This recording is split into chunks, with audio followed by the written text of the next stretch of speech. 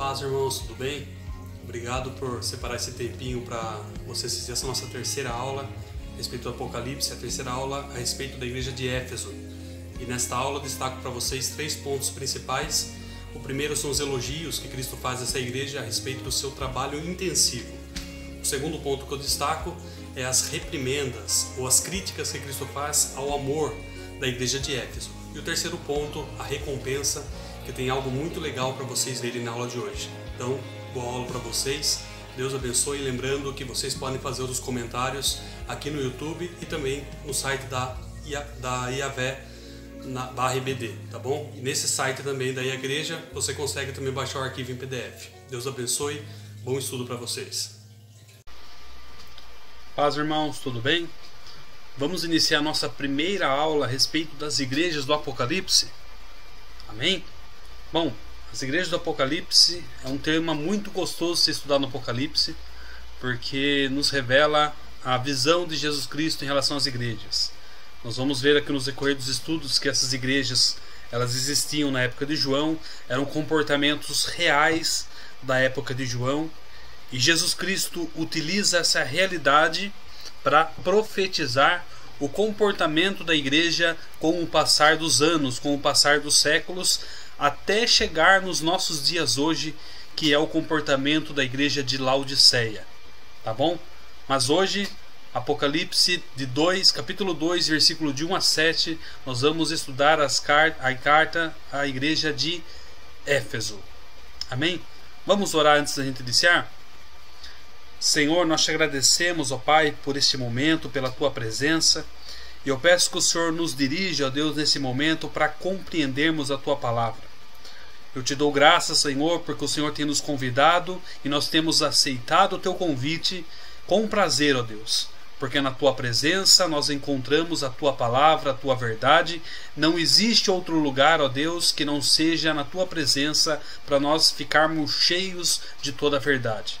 Eu peço que nesse momento o Espírito Santo, o Senhor esteja conosco, nos ajude, nos auxilie, nos dê sabedoria, que qualquer dúvida o Senhor possa esclarecer a nós. E se existir alguma coisa, ó Deus, querendo atrapalhar este momento, querendo tirar a atenção da Tua igreja, que saia deste lugar, em nome do Senhor Jesus. Senhor, está consagrada esta aula na Tua presença, em nome do Senhor Jesus. Amém. Amém, irmãos? Vamos iniciar então Apocalipse, capítulo 2, versículo de 1 a 7. Se você estiver aí com a palavra, abra comigo lá, e nós vamos iniciar a aula com a leitura desses versículos. Amém? Vamos lá. Apocalipse, capítulo 2, versículo de 1 a 7 diz assim: Escreve ao anjo da igreja de Éfeso: Isto diz aquele que tem na sua destra as 7 estrelas, que anda no meio dos 7 castiçais de ouro. Conheço as tuas obras e o teu trabalho, e a tua paciência, e que não podes sofrer os maus.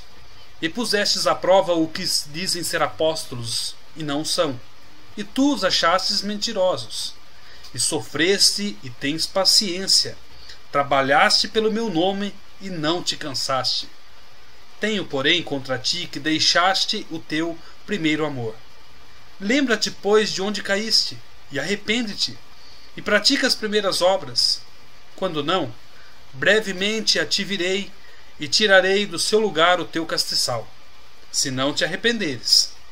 Tens, porém, isto, que odeias as obras dos nicolaítas, os quais eu também odeio.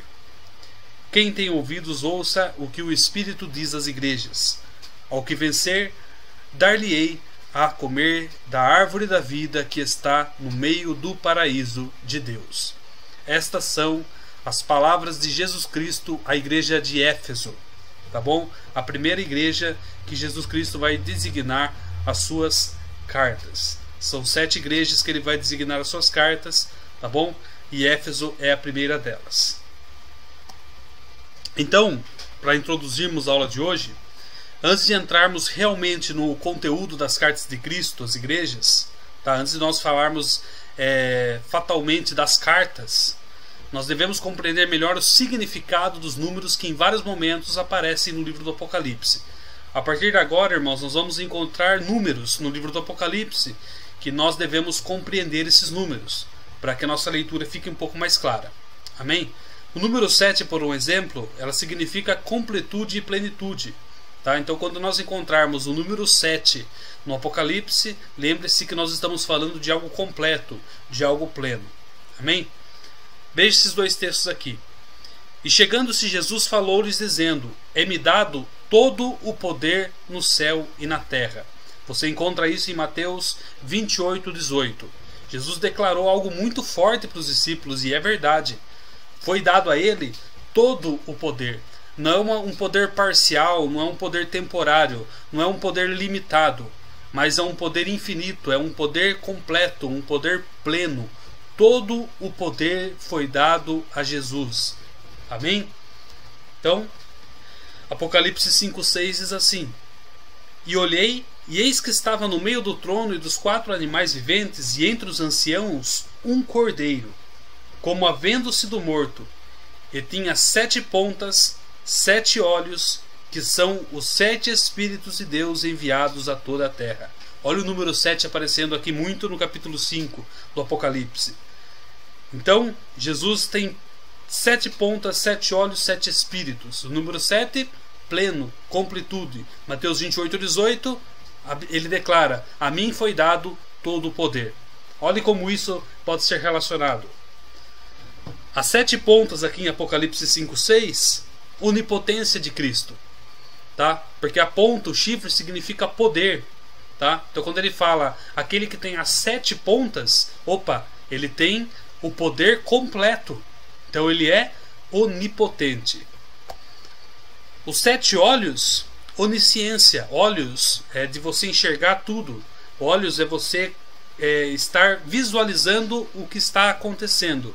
Então quando João descreve 7 olhos, ele está descrevendo que Jesus tem a onisciência. Ele consegue enxergar, compreender e ficar ciente de todas as coisas ao mesmo tempo. Tá bom? Então Jesus Cristo ele é onipotente e onisciente. E 7 espíritos, a onipresença, representando aqui que a presença de Jesus em 7 plena, ele está plenamente em todos os lugares. Então quando João vê 7 pontas, 7 olhos, 7 espíritos, ele está declarando a divindade do Cordeiro, a divindade de Jesus Cristo. Tá bom? Que Jesus Cristo tem todo o poder, tem toda a ciência e tem toda a onipresença, toda a presença em todos os lugares. Amém? Significando assim a divindade do Cordeiro de Jesus Cristo. Tá? Eu coloquei isso aqui só para mostrar para vocês como o número 7 vai começar a aparecer e como fica claro nós compreendermos também as passagens dos outros livros do Apocalipse, como por exemplo aqui Mateus 28:18. Amém? Número 6 se refere a algo incompleto, sempre ligado à esfera humana. Aparece vinculado à figura do anticristo, por exemplo, à encarnação da iniquidade e da imperfeição. Aquele famoso número 666, lógico, nós vamos ter um estudo aqui que nós vamos detalhar isso, tá? Mas o número 6, ele é um número que se refere a algo incompleto, tá? Algo que, assim como o 7 é pleno e é completo, o número 6 é um quase, então sempre está faltando alguma coisa. Amém? Número 5 se refere ao tempo de curta duração. Em Apocalipse mostra a brevidade do tormento produzido pelos gafanhotos. Você vê lá em Apocalipse 9:5, vou entrar em detalhes depois, mas só para caracterizar o número 5 aqui, se refere a um tempo de curta duração. Número 4 é utilizado para simbolizar o mundo. Toda vez que aparecer em Apocalipse, ele está fazendo referência ao mundo direta ou indiretamente. Por causa muitas vezes dos 4 pontos cardeais, ele vai falar sobre os 4 cantos da terra, o vento que soprou sobre os 4, né? Norte, sul, leste, oeste. Então o Apocalipse às vezes vai citar o número 4, ele vai se referir à terra, seja materialmente falando, ou seja para simbolizar algo espiritual em relação ao mundo. Então muitas vezes o Apocalipse vai pegar a realidade da terra, a realidade dos seus 4 pontos cardeais, para relacionar com o comportamento mundano. Amém? Bom, isso vai ficar claro durante os estudos, tá? Aqui é apenas uma introdução. Número 3, lembra a Trindade. Pode ser usado também para se referir a aspectos da Trindade satânica: Satanás, Anticristo, o falso profeta, o dragão, a besta que sobe da terra, a besta que sobe do mar. Tá bom? Então, Número 3 vai muito ser relacionado a essas questões. Número 2 refere-se ao testemunho. Será usado toda vez que o texto estiver falando em referência ao testemunho de Cristo. Você verifica lá quando Jesus disse: vão de 2 em 2, quando ele dá a ordem aos 70 discípulos, vão de 2 em 2 pregar a palavra. As duas testemunhas também aqui no Apocalipse são 2. Amém? Vamos lá. Castiçais você vai encontrar no Apocalipse, significa a igreja, que é a luz do mundo. É por isso que a simbologia é castiçal, tá? Estrelas são os pastores, você vê isso lá em Apocalipse 1:20, e também os mensageiros satânicos, ele vai falar em Apocalipse 9. Apocalipse 9 nós vamos entrar ainda nesse estudo, tá? Mas o livro do Apocalipse vai falar que são essas estrelas também, mas nós vamos entender melhor que não são as mesmas estrelas que Jesus está falando no capítulo 1 do Apocalipse, por exemplo, tá? São apenas imitações, mas mais ou menos isso, mas vai ficar claro um pouco mais para frente, tá? Apenas estou falando aqui o que você vai encontrar no livro do Apocalipse e os seus significados muitas vezes. Então, quando nós entrarmos nesses estudos e você se deparar com essas palavras, vocês veem nesse estudo aqui, dá uma lida, vocês fazem a relação. Amém? Pedra branca, absolvição, nada consta, nada deve, é isso que significa a pedra branca. O branco, pureza e justiça, é um outro termo também que nós vamos encontrar muito durante o livro do Apocalipse. 7 lâmpadas, são 7 Espíritos de Deus. Livro selado, é um testemunho, um testamento, tá? Chifres, significa poder, força. Ou, quando nós vimos agora de pouco, 7 pontas.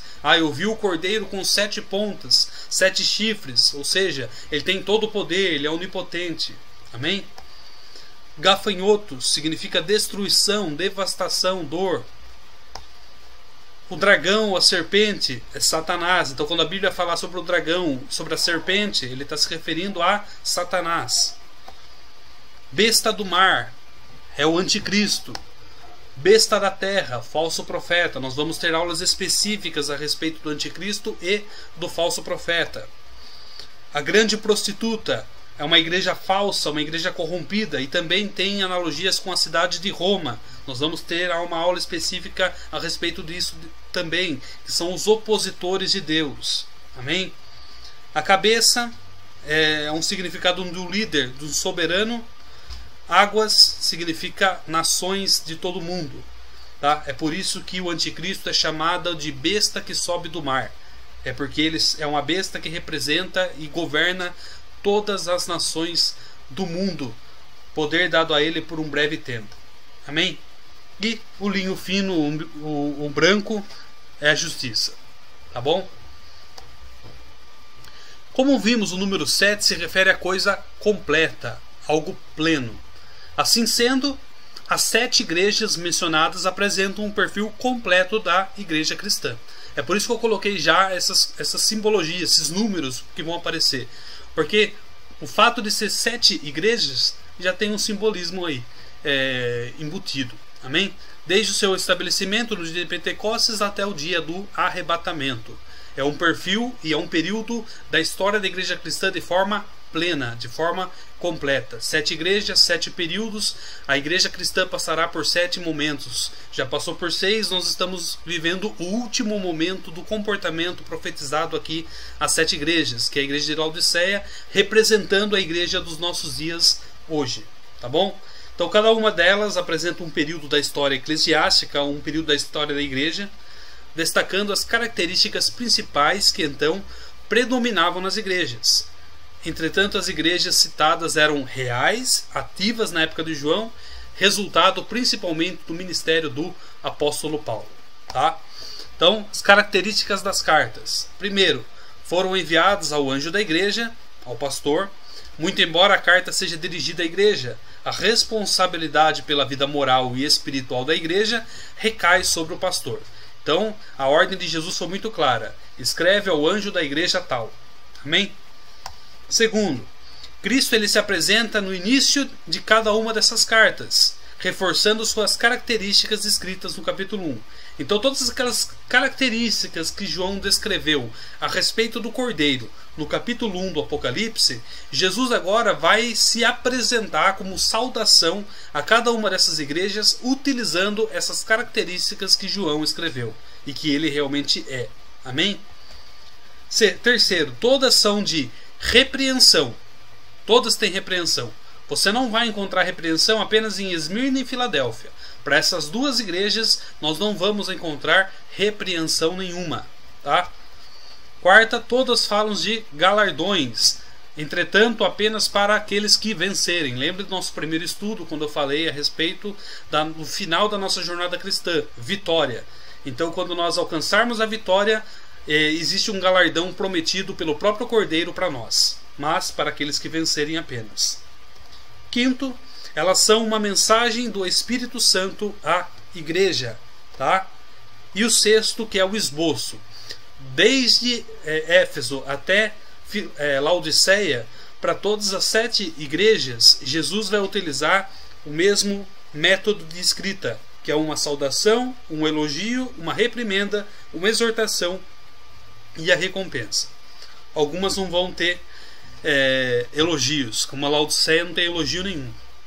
Outras não vão ter repreensão, como é o caso de Esmirna e Filadélfia, tá? Mas o método de escrita é esse, utilizado para todas as cartas, tá? Então essas são as características das cartas. Durante os nossos estudos, eu sempre vou colocar esse slide aqui para vocês lembrarem, mas hoje eu estou comentando com um pouco mais de cuidado cada um desses pontos, tá? Mas em todas as cartas, lembre-se dessas características e desse esboço, porque é isso que nós vamos seguir. Amém? Vamos lá. Então, vamos começar então o nosso estudo com a igreja de Éfeso. Antes de iniciarmos o conteúdo das cartas, vamos nos contextualizar a respeito da antiga cidade de Éfeso, uma cidade que realmente existia na época de João. Inclusive João ele morreu nessa cidade. Primeiro, havia em Éfeso cerca de 500 mil de habitantes, 500 mil pessoas. Então era uma cidade grande. Sorocaba hoje deve ter 620, quase 700 mil habitantes. Então coloca aí, você consegue imaginar mais ou menos a proporção, o tamanho de uma cidade como a de Éfeso. Era uma cidade muito poderosa na época, tá? Segundo, era a maior cidade da costa oeste da Ásia Menor. Terceiro, centro de comércio marítimo e rodoviário da região, além de ser o centro administrativo de Roma na província da Ásia. Quarto, renomados santuários religiosos como um espaçoso teatro, elegantes prédios públicos deram a Éfeso um lugar integral na vida cultural de toda a região. Olha como a cidade era importante. E Paulo trabalhou nessa cidade por diversos anos, tá bom? Paulo ele passou um grande período da sua jornada como pregador da palavra em Éfeso, tá? Muitas almas foram ganhadas em Éfeso, tá? Timóteo trabalhou muito em Éfeso, então era uma cidade muito importante. Amém? Essa foto que vocês estão vendo aí é do templo da deusa Diana, ou a deusa Artemis dos Efésios. Era uma das 7 maravilhas consideradas do mundo antigo. Então olhe a grandiosidade, vocês percebam ali, do templo da deusa Diana, ou da deusa Artemis, que era a deusa idolatrada e adorada em Éfeso, tá bom? Foi por causa dessa deusa que o apóstolo Paulo confrontou os efésios muitas vezes, por causa da adoração a Artemis, tá? Que ele quase foi morto, vou falar daqui a pouquinho, na cidade de Éfeso, tá? Dentro desse templo, a deusa Artemis, nós vamos falar aqui, era uma deusa que era vista muito como uma deusa da fertilidade. Então sempre quando tinha os rituais de adoração a Artemis, envolvia muita promiscuidade, envolvia muito sexo, envolvia muita orgia. E essas orgias, esses atos aconteciam também dentro desse templo, tá? E então era uma cidade que tinha muitos atos que desagradavam a Deus e atos pecaminosos pesados. Amém? Mas hoje, irmãos, olha o que sobrou desse templo. Olha, essas 2 colunas é o que restou do templo de Artemis, tá? Passarás os céus e a terra, mas a minha palavra não passa. Então, os deuses falsos, como era o caso de Diana, de Artemis, uma deusa falsa criada por homens, olha o que sobrou. Então o homem fica adorando coisas que não vão permanecer, porque não são verdade. São fatos que vão passar. São coisas passageiras. Mas a única fato que não vai passar, o único alguém que é verdadeiro do princípio ao fim, que é o alfa e o ômega, que é eterno, é o nosso Deus. Ele não passa. E essa imagem demonstra isso. A deusa Diana passou. A deusa dos Efésios passou. Mas o Evangelho de Jesus Cristo permanece com força, com muita força, até o dia de hoje. Amém? É para se pensar, irmãos, analisando essas imagens. Outra imagem que eu queria mostrar para vocês é esse teatro. Era normal nas cidades governadas pelo Império Romano ter teatros que nós chamamos de teatros romanos. Ali acontecia várias apresentações e por um período da história até mesmo perseguições aos cristãos aconteciam nesses teatros. Esse teatro de Éfeso cabia mais ou menos cerca de 50 mil pessoas, tá? E foi nesse teatro de Éfeso que Paulo passou por uns problemas mais complicados na sua trajetória como evangelista, como pregador da palavra. Você encontra isso em Atos 19. Eu já vou ler um trecho com vocês, tá? E esta segunda imagem que vocês estão vendo aí do lado direito é uma réplica, uma estátua da deusa Artemis, a deusa Diana. Perceba aqui na região do peito vários seios. Isso simbolizava e dava as características de ser a deusa da fertilidade. Então eles simbolizavam a fertilidade de Artemis através desses seios aí. Tá bom? Então essa é uma imagem mais ou menos da deusa Artemis que os efésios adoravam. Isso é provavelmente uma peça arqueológica. Mas abram comigo lá em Atos 19, versículo 28 ao 32. Você vai ver o momento em que o apóstolo Paulo estava no meio desse teatro e os efésios estavam furiosos com a pregação do apóstolo Paulo na cidade de Éfeso. Vamos ler. E ouvindo, encheram-se de ira e clamaram dizendo: grande é a Diana dos Efésios. E encheu-se de confusão toda a cidade, e unânimes correram ao teatro, arrebatando a Gaio e Aristarco, macedônios companheiros de Paulo na viagem. E querendo Paulo apresentar-se ao povo, não lhe permitiu os discípulos. E também alguns dos principais da Ásia, que eram seus amigos, lhe rogaram que não se apresentassem no teatro. Uns, pois, clamavam de uma maneira, outros de outra, porque o ajuntamento era confuso, e os mais deles não sabiam por que causa se tinha ajuntado. Tá? Então o apóstolo Paulo, a pregação da palavra começou a incomodar os efésios. O apóstolo Paulo, as pessoas começaram a se juntar nesse teatro, arrastaram com eles Gaio e Aristarco, e o apóstolo Paulo queria ir nesse teatro no meio deles para tentar reverter de alguma forma a situação, mas os discípulos não permitiram, porque a fúria do povo dentro desse teatro era enorme, e eles gritavam: grande é a Diana dos Efésios. Então foi nesse teatro que aconteceu essa passagem que eu acabei de ler para vocês, Atos 19, versículo 28 ao 32. Depois pega o capítulo inteiro de Atos 19 e vocês vão se contextualizar melhor por que Paulo ficou nessa situação.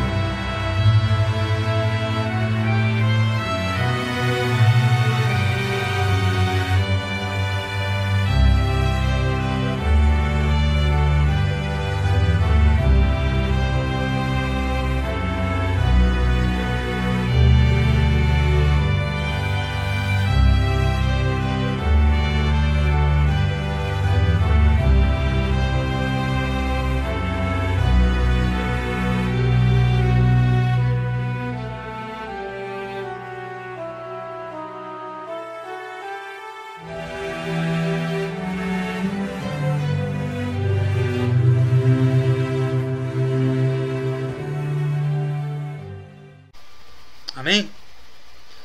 Bom, algumas características históricas aqui de Éfeso, só para nos contextualizar a respeito de como era mais ou menos a cidade que João estava agora dirigindo a carta que Jesus Cristo ditou para ele, a primeira carta de Jesus Cristo às igrejas, a igreja de Éfeso. Esta era mais ou menos a realidade da cidade que a igreja estava incluída lá dentro. Amém? Bom, Éfeso, que nem eu disse aqui, o comportamento de Éfeso, ele corresponde à era da pureza apostólica, que foi até o ano 100 depois de Cristo. A igreja primitiva, o comportamento da igreja primitiva foi profetizado através da cidade ou da igreja de Éfeso. Então a primeira carta representa a igreja do período apostólico, ou seja, aquela que existiu enquanto estavam vivos os apóstolos, dos quais João foi o último a morrer por volta do ano 100. A igreja cresceu de forma espetacular nesse período, onde, segundo historiadores, contava com cerca de 6 milhões de cristãos. Olha que avanço maravilhoso do cristianismo e o porquê que incomodava tantas pessoas. Jesus ascendeu aos céus no ano 33. Então, mais ou menos durante 60 anos, tá? A igreja avançou para 6 milhões de pessoas. Era uma pregação muito intensa e arrastou multidões com eles. Amém? Bom, a primeira sessão aqui do Apocalipse, do versículo 1 ao 7, que corresponde à cidade de Éfeso, a igreja de Éfeso, nós dividimos a aula da seguinte maneira. No versículo 1, nós vemos a saudação.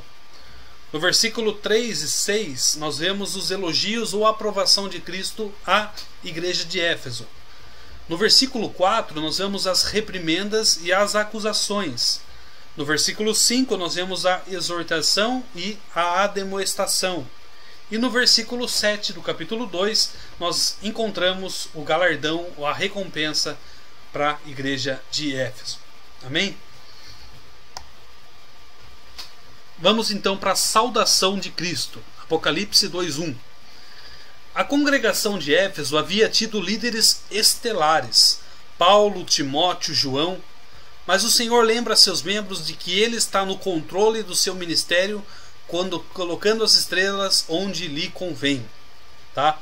Então, quando Jesus fala, eu tenho as estrelas nas minhas mãos, talvez as pessoas falassem assim, olha os líderes de Éfeso, muitas vezes Paulo, Timóteo, João, mas Jesus estava falando para a igreja de Éfeso, opa, todos esses líderes que vocês muitas vezes colocam lá em cima, eles estão nas minhas mãos.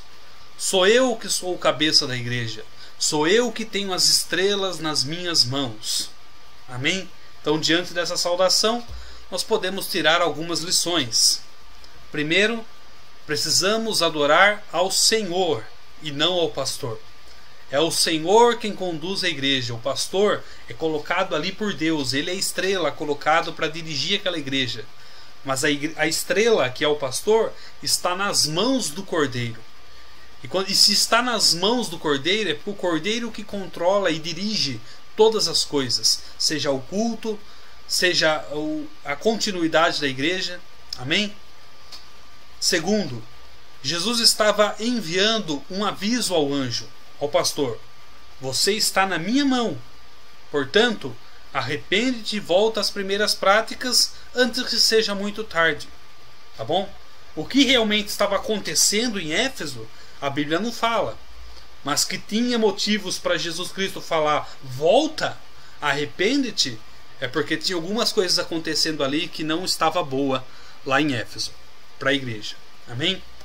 Terceiro, é fácil a igreja tornar-se orgulhosa e se esquecer de que os pastores e mestres são dádivas de Deus. Efésios 4, versículo de 11 a 12 diz assim: E ele mesmo deu um para apóstolos e outro para profetas, e outro para evangelistas e outro para pastores e doutores, querendo o aperfeiçoamento dos santos, para que a obra do ministério para a edificação do corpo de Cristo. Tá bom? Então a igreja não podia se esquecer muitas vezes dessas palavras do apóstolo Paulo aos Efésios. Tá bom? Quarto, muitas igrejas estão enfraquecidas por causa de intrigas movidas contra pastores, por cristãos imaturos e sem conhecimento. Tá? Lembre-se, a saudação de Cristo é muito clara. O pastor está nas minhas mãos, tomem cuidado. Vocês não mexam com os pastores. Os pastores estão à frente da igreja por ordem minha. E eles estão na minha presença. Então, nós não podemos ficar achando que nós podemos derrubar pastores por aí. Muitas vezes as pessoas acham, eu vou fazer um complô contra o pastor. Não. A saudação de Cristo é muito clara. O pastor, o seu líder, está nas minhas mãos. Sou eu que vou tomar as atitudes que tenho que tomar, não são vocês. Amém? Quinto não, né, irmãos? Para a gente concluir esse slide. Jesus, ele está no comando. É Jesus que está à frente da igreja. Amém? E o que Jesus espera de nós?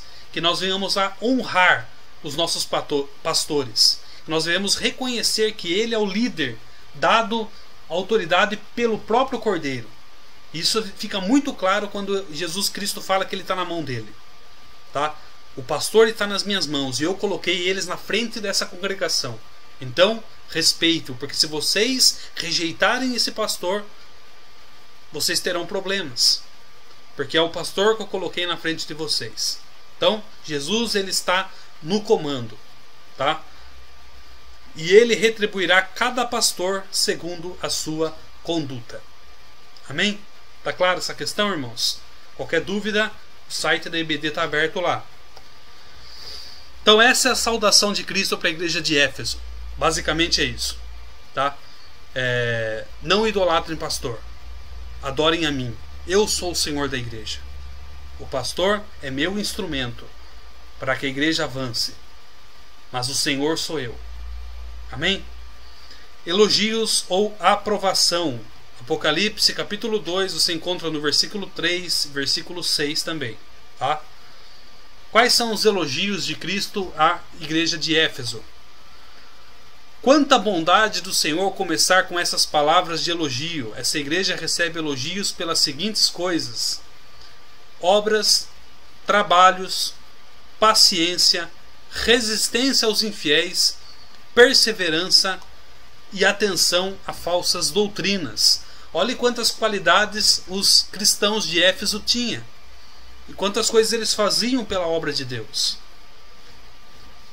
Ele fala assim, Jesus falando: eu sei as tuas obras e o teu trabalho.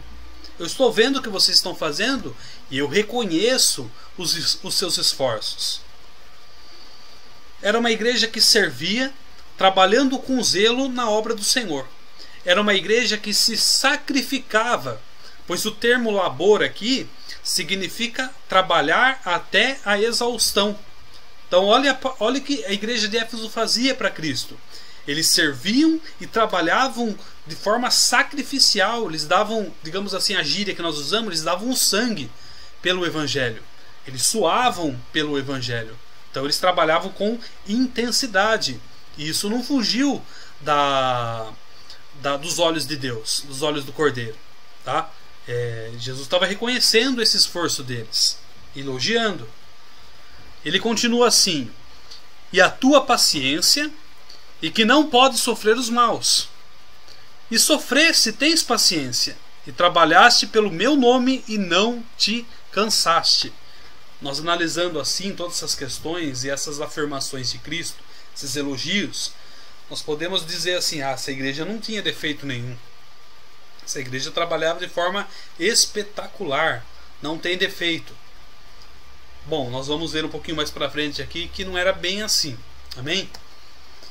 Era uma igreja firme, pois o termo paciência, perseverança significa resistência em meio às tribulações. Eles não desistiam diante da adversidade, e o verbo aqui batazo, que é o sofrer, fala que essa igreja não suportava ou não tolerava o mal do meio do povo. Então era uma igreja que era muito firme, muito perseverante, e que eles não toleravam que o paganismo muitas vezes penetrassem no meio da igreja. Então eles prestavam muita atenção àqueles que tinham uma falsa doutrina, para que essa falsa doutrina não penetrasse no meio da igreja. Eles se atentavam muito a isso, e isso agradava o Senhor. É por isso que ele elogia essas questões aqui em Éfeso. Amém? Bom, os elogios continuam. E pusestes à prova os que dizem ser apóstolos e não são, e tu os achastes mentirosos. Nós vamos ver aqui que o povo de Éfeso, aqui a igreja de Éfeso, está colocando em prática um ensinamento. A igreja de Éfeso era separada, pois examinavam com cuidado os ministros que a visitavam. Olha o que diz 2 João, capítulo 1, versículo de 7 a 11, para determinar que eram verdadeiros. 2 João, capítulo 1, versículo de 7 a 11, diz assim: Porque já muitos enganadores entraram no mundo, os quais não confessam que Jesus Cristo veio em carne. Este tal é enganador e é o anticristo. Olhai por vós mesmos, para que não pecamos o que temos ganho, antes recebamos o inteiro galardão. Todo aquele que prevarica e não persevera na doutrina de Cristo não tem a Deus. Quem persevera na doutrina de Cristo, esse tem tanto ao Pai como ao Filho. Se alguém vem ter convosco e não traz essa doutrina, não o recebais em casa, nem tampouco o saudais, porque quem o saúda tem parte nas suas más obras. Então, olha essas palavras duras do apóstolo João. E a igreja de Éfeso praticava isso. Nós não vamos deixar que esses falsos e esses enganadores que querem deturpar o evangelho penetrem no meio do povo. Nós vamos colocar em prática 2 João 7,11. É isso que eles faziam. Amém? Paulo havia advertido Éfeso de que falsos mestres surgiriam vindos de fora, até mesmo no meio da igreja. Atos 20, de 28 a 31, diz assim: Olhai, pois, por vocês, e por todo o rebanho sobre que o Espírito Santo vos constitui bispos, para apresentardes à igreja de Deus, que ele resgatou com seu próprio sangue. Porque eu sei isto, que depois da minha partida entrarão no meio de vós lobos cruéis, que não pouparão ao rebanho, e que se entre vós mesmos se levantarão homens que falarão coisas perversas, para atraírem os discípulos após si. Portanto vigiai, lembrando-vos de que durante 3 anos não cessei, noite e dia, a ademoestar com lágrimas a cada um de vós. Tá? Esses 3 anos aqui, eu posso estar falando realmente do ministério que ele teve, um período do ministério que ele teve em Éfeso. Então os líderes da igreja de Éfeso se atentavam muito a isso.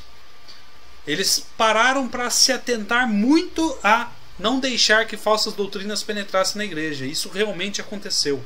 Se nós analisarmos a igreja do primeiro século, muito pouco o paganismo entrou, porque os discípulos, o apóstolo Paulo, Pedro, João, ficavam muito em cima em relação a isso. Tá? Mas nós vamos ver daqui a pouco que Jesus tinha uma reprimenda contra eles. Algo que era muito perigoso e que poderia enfraquecer a igreja anos posteriores. Amém? Então João os havia instruído a provar os espíritos. Você encontra lá na primeira epístola de João, capítulo 4, versículo de 1 a 6, depois vocês leiam depois lá, onde a igreja deve estar sempre atenta a isso. Amém? Então, uma coisa muito elogiada em Éfeso: eles não permitiam que falsos doutores, falsos mestres, que o paganismo penetrassem no meio da igreja. Paulo instruiu Timóteo quanto aos procedimentos a serem tomados na seleção da liderança da igreja em Éfeso. Orientou-o a aprovar os candidatos ao episcopado e ao diaconato, antes de exercerem o seu ministério. Você encontra lá em 1 Timóteo 3,10. E também estes sejam primeiro provados, depois sirvam, se forem irrepreensíveis. Timóteo era líder em Éfeso e podemos constatar aqui que essa prática permanecia até o tempo de João. Amém? Irmãos, eu peço um pouco de desculpa, né? Porque eu sei que a minha tela está aqui e talvez esteja comendo algumas letras aí, que eu não consegui editar a tempo esta aula para que isso não acontecesse, tá bom?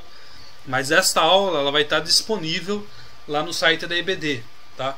E nas outras aulas que vierem isso não vai estar mais acontecendo. Eu acho que é somente nesta aula específica que isso está acontecendo. Eu peço desculpa para vocês. Amém? Mas a aula vai estar disponível no site DBD. Vocês podem baixar a aula lá e o conteúdo completo vai estar lá, tá? Mas eu acho que não é algo que vai atrapalhar muito a aula. Amém? Bom, os elogios. Continua. Tens, porém, isto, que aborrece as obras dos nicolaítas, as quais eu também aborreço. Você encontra isso lá no versículo 6, aqui de Apocalipse. A forma verbal aqui, nicolaíta, significa conquistar o povo. Era uma seita religiosa que adota a licenciosidade como estilo de vida. O que é uma pessoa licenciosa? É uma pessoa indisciplinada que se comporta desregradamente e que não cumpre normas. Aquela pessoa que não aceita ordens, aquela pessoa que vai levando uma vida sem muito requisito, sem muitas ordem para fazer as coisas, sem regras, sem leis. Essa pessoa licenciosa, tá? E o nicolaíta tinha muito essa visão de licenciosidade. Nós vamos entrar num ponto aqui em outras aulas que nós vamos falar um pouco mais profundamente sobre o nicolaíta. Amém? Era uma seita que privava a liberdade do povo de Cristo. Nós vamos estudar isso melhor dessa seita, essa seita nicolaíta, na carta para a igreja de Pérgamo. Então, quando nós entrarmos em Pérgamo, nós vamos falar um pouco mais de propriedade a respeito da seita nicolaíta. Amém? Bom, esses são os elogios e as aprovações de Cristo em relação aos Efésios. Olhe quanto elogio, irmãos. Uma igreja que trabalhava de forma exaustiva, dava um sangue pelo Evangelho de Cristo, tomavam o máximo de cuidado para eleger líderes bons, líderes irrepreensíveis, e não permitiam que o paganismo ou falsas doutrinas, inclusive a doutrina dos nicolaítas, entrassem ou penetrassem no meio da congregação, tá? Diante de tanto elogio assim, quais são as reprimendas, as acusações que Cristo tem lá no versículo 4 desse capítulo? Vamos ver? O que fazemos para o Senhor é importante, mas o motivo pelo qual o fazemos também é extremamente importante, irmãos. O motivo, o porquê que nós estamos dando sangue, o porquê que nós estamos obedecendo a palavra, o porquê. Essa igreja separada e disposta a se sacrificar sofria de um problema. Os efésios haviam abandonado o primeiro amor. Isso é uma reprimenda grave, séria. Deixaram o primeiro amor. E o que seria o primeiro amor, irmãos? Aquele amor que você sentia quando você desceu as águas do batismo, aquele amor que você sentia no início da sua jornada cristã, e que, dependendo de como está sendo a sua vida, esse amor começou a esfriar. O primeiro amor, ele tem que ser alimentado todos os dias, e o alimento não é coisa simples, o alimento é fogo. É o fogo que mantém o primeiro amor aceso, aquecido, forte, pronto. E o fogo é o Espírito Santo. Podemos fazer uma analogia assim: se você colocar uma água para ferver e você apagar o fogo, essa água nunca vai entrar em estado de ebulição. Ela nunca vai atingir a temperatura de evaporar, uma temperatura de ebulir, uma temperatura suficiente para atingir o seu ideal, porque o fogo foi apagado. Se essa água estiver em ebulição e você apagar o fogo, essa água vai esfriar. Então, durante a nossa jornada cristã, o fogo do Espírito Santo tem que estar aquecendo as nossas vidas agora fugiu a palavra, ininterruptamente, né? Sem parar, constantemente. Esse amor tem que estar aceso, esse fogo tem que estar aceso. Amém? Vamos compreender um pouquinho melhor essa questão aqui, essa reprimenda de Cristo. Então, o primeiro amor é a devoção a Cristo, que caracteriza com frequência o recém-convertido. Uma característica fervorosa, pessoal, desnibida, empolgada, demonstrada abertamente. Então, diante dessa atitude de primeiro amor, nós podemos afirmar: primeiro, é impossível servir, sacrificar-se e sofrer por causa de Cristo, no entanto, não amar Jesus Cristo verdadeiramente. É possível servir, sacrificar-se e sofrer por causa de Cristo. No entanto, não amar Jesus verdadeiramente. Podia estar acontecendo isso em Éfeso em algumas pessoas, ou em grande parte da congregação. Servia a Cristo, sacrificava por Cristo, sofria por Cristo muitas vezes, mas o primeiro amor apagado. Então não era um sentimento verdadeiro, não era um sacrifício genuíno, não era um serviço genuíno. Amém? Segundo, os cristãos de Éfeso estão tão ocupados mantendo sua separação, né? Eu não vou me juntar aos nicolaítas, não vou me juntar àqueles que têm umas doutrinas fáceis, aos judaizantes ou aqueles que querem deturpar o evangelho, não vou misturar eles, que deixaram de lado a adoração. Podemos colocar isso também, podia estar acontecendo, porque o primeiro amor causa a ausência de adoração. O trabalho não substitui o amor. Efésios 6:24 diz assim: a graça seja com todos os que amam ao nosso Senhor Jesus Cristo em sinceridade. Tá? Então o trabalho que nós fazemos a Cristo não substitui a intimidade que nós temos que ter com Ele e o amor que deve ser alimentado. Amém, irmãos? E terceiro, a lógica é que quanto mais experiente o cristão se torna, mais produtivo ele se torna. Entretanto, o que vemos é que grande quantidade não consegue trabalhar com maturidade e amor na mesma proporção. Tá? Então, cristão muito tempo na igreja, se tornou cristão muitos anos atrás, ganhou experiência e se tornou mais produtivo. Tá?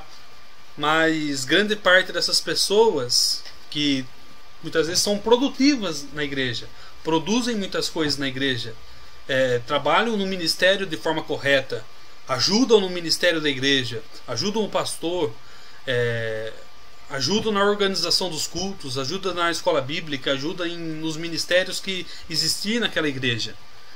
Mas pode ser que esse trabalho tão sacrificante muitas vezes para a pessoa não seja na mesma medida com o amor que ela sente por Deus. Pode ser desproporcional. E essa desproporção é o que acontecia em Éfeso. Trabalhavam muito, mas o amor estava esfriando. E essa era a reprimenda de Cristo à igreja de Éfeso. Amém? Precisamos ir mais fundo. Esse é o quarto ponto que eu coloquei. Você encontra lá em Ezequiel 47, de 1 a 12. Mais especificamente em Ezequiel 47, no versículo 12, diz assim: e junto ao rio, à sua margem, de um e de outro lado, nascerá toda sorte de árvore que dá fruto para se comer. Não cairá a sua folha, nem acabará o seu fruto. Nos seus meses produzirá novos frutos, porque as suas águas saem do santuário e o seu fruto servirá de comida, a sua folha de remédio. Tá bom? Então, quando nós nos aprofundamos em Deus, quando o primeiro amor é aquecido, quando nós vivemos o primeiro amor, vai acontecer isso que o profeta Ezequiel disse. Nós vamos produzir, nós vamos comer o melhor dessa terra, nós vamos produzir para a nossa posteridade. Amém? E o nosso trabalho, irmãos, da igreja, nós podemos sacrificar, fazemos isso com prazer, trabalhamos com prazer, devemos continuar fazendo isso com prazer. Mas o nosso relacionamento com Deus não deve ser deixado de lado. Ele quer se relacionar conosco e nós devemos nos relacionar com Ele. Amém? Então essas são as reprimendas que Jesus disse ao povo, à igreja de Éfeso. Tá bom?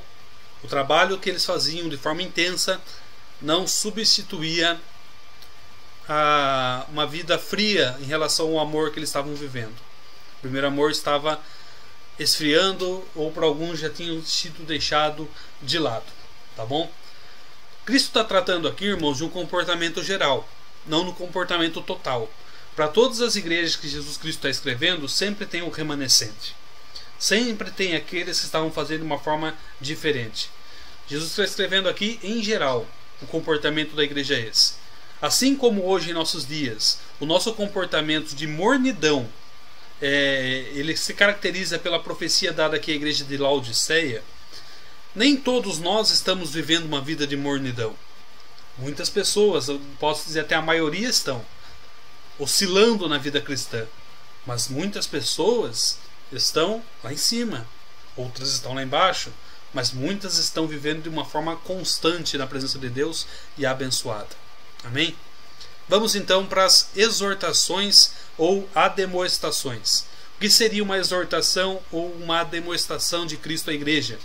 Bom, Cristo ele identifica o problema e agora ele dá a receita para resolver o problema. É isso que é a exortação que Cristo faz aqui para as igrejas.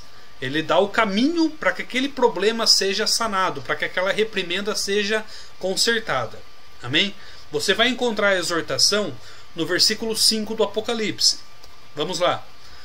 O primeiro amor ele pode ser recuperado se forem seguidas as 3 instruções que Cristo dá. Primeira instrução que Cristo dá: lembra-te de onde caíste. Nós devemos lembrar de onde nós deixamos o primeiro amor.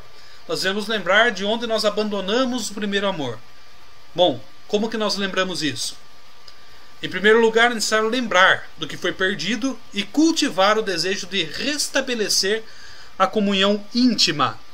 Se vocês leem lá Salmo 139, 23 e 24, você vai encontrar a seguinte palavra: sonda-me, ó Deus, e conhece o meu coração. Prova-me e conhece os meus pensamentos. E vê se há em mim algum caminho mau, e guia-me pelo caminho eterno. Olha que bênção. Então, primeiro passo, nós devemos lembrar e desejar ser reconduzidos pelo caminho da verdade. Tá bom? Segunda instrução: arrependimento. Jesus fala: lembra-te depois de onde caíste e arrepende-te. Em segundo lugar, é preciso se arrepender, do grego metanurian, ou seja, voltar atrás, mudar de ideia, converter realmente, irmãos. Se eu estou indo por um caminho, eu saio desse caminho e vou por um outro caminho completamente diferente, tá? É confessar os pecados ao Senhor. É o que diz 1 João 1,9. Se confessarmos os nossos pecados, Ele é fiel e justo para nos perdoar os pecados e nos purificar de toda a injustiça. Tá bom? E qual que é a terceira instrução de Cristo para a igreja de Éfeso?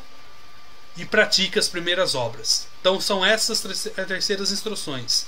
Praticar as primeiras obras é voltar às práticas das primeiras obras.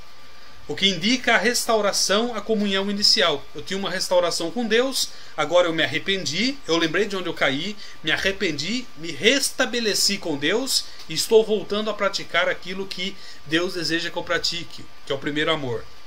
Ler e meditar, que é a oração, e servir em obediência e adorar. Só alguns pontos que eu coloquei aqui que são práticas das primeiras obras, que devem nos acompanhar durante toda a nossa trajetória, tá bom? Então essas são as 3 instruções, exortações que Cristo dá à igreja de Éfeso. Lembra de onde caístes, arrepende-te e pratica as primeiras obras. Amém? Aí Cristo continua: se vocês não se atentarem a essas minhas instruções, eu brevemente virei a ti e tirarei do seu lugar o teu castiçal, se vocês não se arrependerem. Se vocês optarem por não se atentar às instruções do slide anterior, em breve eu virei a ti e eu vou ter que disciplinar vocês tirando o castiçal do seu lugar. Olha que palavra dura de Cristo. Sabe, irmãos, Cristo ele quer que nós venhamos a nos arrepender, a nos confessar, a mudar de vida, a converter realmente, a abandonar coisas que nos trazem separação com Deus.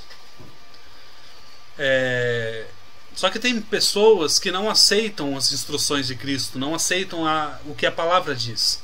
E a pessoa sempre vai passar por caminhos mais difíceis. Mas às vezes Cristo permite que isso aconteça porque a pessoa precisa mudar. E por amor àquela pessoa, muitas vezes a pessoa passa por situações extremamente complicadas. Mas nós temos a palavra de Deus. Hoje nós temos saúde, não aconteceu nada grave conosco, tá? Para muitas pessoas, para alguns pode ter acontecido, mas para a maioria não. Então, o que nos impede hoje de nós nos arrependermos realmente daquilo que nos separa de Deus? Dar crédito a essas instruções de Cristo e voltar. Senão, para evitar que Cristo venha brevemente e tire do nosso lugar o nosso castiçal. Ele não precisa chegar a esse ponto porque nós estamos ouvindo a palavra dele. Tá bom? Vamos seguir as instruções de Cristo, nos arrepender, vamos nos lembrar de onde nós caímos e vamos praticar as primeiras obras. Amém? Isso é o desejo de Cristo para nós. Bom, essa imagem da parte de baixo aí também é da antiga cidade de Éfeso, tá? Isso é uma demonstração do pecado. Uma cidade promíscua, uma cidade que eu falei aqui na introdução da aula, que adorava um falso Deus, que faziam ali rituais que desagradavam profundamente ao Senhor. E tudo que sobrou dessas práticas, dessa adoração, desses rituais, dessas orgias, é esta imagem. Ruínas. Hoje a cidade de Éfeso não passa de uma cidade arruinada pelo tempo, pelas suas práticas. E hoje apenas visitantes vão lá. Mas não é uma cidade que produz. É uma cidade morta que não produz mais nada, porque acabou. É isso que acontece com aqueles que andam sem Deus. Vai chegar um momento que ela não produz mais. E ela não vai permanecer. Amém? Por mais correta que seja a sua doutrina, a igreja que perde o amor logo perde também a luz. A ti virei se refere à vinda do julgamento do Senhor naquele momento e naquele lugar. Essa imagem, com o passar do tempo, nós percebemos que não importa o quão sublime seja o que construímos, o que permanece é a palavra do Senhor. Sempre é a palavra do Senhor que permanece. Desde aquela imagem que eu coloquei aqui do templo de Artemis até essa outra imagem aqui, você percebe o que permanece é a palavra do Senhor, tá? Então nós não perdemos nada em servir a Deus. Pelo contrário, nós ganhamos muito, porque é o único lugar que nós encontramos vida eterna. Amém? Que não vai se acabar como acabou a cidade de Éfeso. Bom, vamos para o último ponto da nossa aula então. Nós vimos aqui saudação, nós vimos elogios, nós vimos reprimendas, nós vimos exortações e agora nós vamos ver o galardão, a recompensa. Para quem é esse galardão? Para quem é essa recompensa? Para aqueles que aceitam muitas vezes a exortação de Cristo, para aqueles que aceitam ser corrigidos, para aqueles que voltam, que se convertem, que se arrependem, que se lembram de onde caíram, que praticam as primeiras obras. Amém? O Senhor fala assim lá no versículo 7 do capítulo 2: quem tem ouvidos, ouça o que o Espírito diz às igrejas. A mensagem é dirigida a quem tem ouvidos, aqueles que desejavam obedecer, ou seja, mantinham seus ouvidos espirituais abertos. E ele fala, ao que vencer. Com uma simples frase nós podemos dizer: não existe salvação garantida. É necessário estar ativos no processo de santificação. Lembre-se, durante a nossa jornada cristã, quem nos capacita a vencer é o Espírito Santo. De que maneira? Ele nos capacita através da santificação, santificando a cada dia, porque sem santificação ninguém verá ao Senhor. Amém? Hebreus 3,14 diz assim: porque nos tornamos participantes de Cristo, se retivermos firmemente o princípio da nossa confiança até o fim. Então não caio nessa ladainha, irmãos. Eu estou garantido, eu aceitei a Cristo, agora vou levar minha vida de... Aí a pessoa vive no mundo, a pessoa vive fumando, a pessoa vive bebendo, a pessoa não quer mudança, a pessoa não quer abandonar suas velhas práticas e acha que tudo está certo, tudo está garantido. Mas olhe, vou ler de novo o que Hebreus 3,14 diz. Porque nos tornamos participantes de Cristo. Eu desci as águas do batismo, aceitei a Jesus Cristo e eu estou vivendo isso que Hebreus está falando. Eu me tornei participante de Cristo. Se retivermos firmemente o princípio da nossa confiança até o fim. Isso ele está falando aqui. Se nós mantivermos aquele primeiro amor, o princípio da nossa conversão, e mantivermos esse primeiro amor até o fim da nossa jornada cristã, esses são os vencedores. E é para esses que vão vir a recompensa. Ao que vencer. Amém? Dar-lhe-ei de comer da árvore da vida que está no meio do paraíso de Deus. Bom, o primeiro Adão, a árvore da vida foi vetada, pois o homem pecou. Perdeu o direito de participar dela. Você vê lá em Gênesis 3:22. Então disse o Senhor Deus: eis que o homem é como um de nós, sabendo o bem e o mal. Ora, para que não entenda, estenda a sua mão e tome também da árvore da vida e coma e viva eternamente. Tá? Então Deus ele veta o homem de comer do fruto da árvore da vida por causa do pecado. Tá bom? Esta foi a consequência da atitude do primeiro Adão, que pecou no Éden. E o segundo Adão, que é uma analogia a Jesus Cristo. Jesus Cristo é o segundo Adão. Amém? A árvore da vida será restaurada e todo aquele que vencer poderá usufruir livremente dos seus frutos. Então Adão, lá no Jardim do Éden, pecou, e por causa do pecado nós não perdemos o direito de usufruir da árvore da vida. Quando Jesus Cristo vem e vence a morte, que é o segundo Adão, ele restaura o nosso direito, e agora nós teremos direito, se nós vencermos, de comer da árvore da vida que está no meio do paraíso de Deus. Amém? Então essa foi a nossa aula, irmãos, sobre a igreja de Éfeso. Espero que vocês tenham gostado. Compartilhe as aulas estão disponíveis no site da EBD. Leiam lá, releiam, revejam, estudem. Mais uma vez peço desculpa pelo quadro aqui da webcam estar atrapalhando a visualização, mas essa aula está gravada. Vocês podem pegar a aula aqui que vai estar disponível. Vocês podem pegar o material à parte e leem a parte também, tá bom? Nada que impeça o estudo de vocês, tá? Então vamos encerrar nossa aula com uma oração. Amém? Senhor, nós te agradecemos por esse momento, ó Deus, pela tua palavra, pelo teu poder, pela manifestação da tua graça. Nós te agradecemos porque o Senhor é fiel e o Senhor permanece conosco todos os dias. Senhor, é um prazer aprender da tua palavra, é um prazer estarmos aqui, ó Deus, participando desse estudo. E eu peço que o Senhor abençoe cada um e dá a compreensão, ó Deus, a cada um que esteve nesta aula, em nome do Senhor Jesus. Amém. Amém, irmãos. Deus abençoe. Até a próxima aula sobre a igreja de Esmirna. Deus abençoe.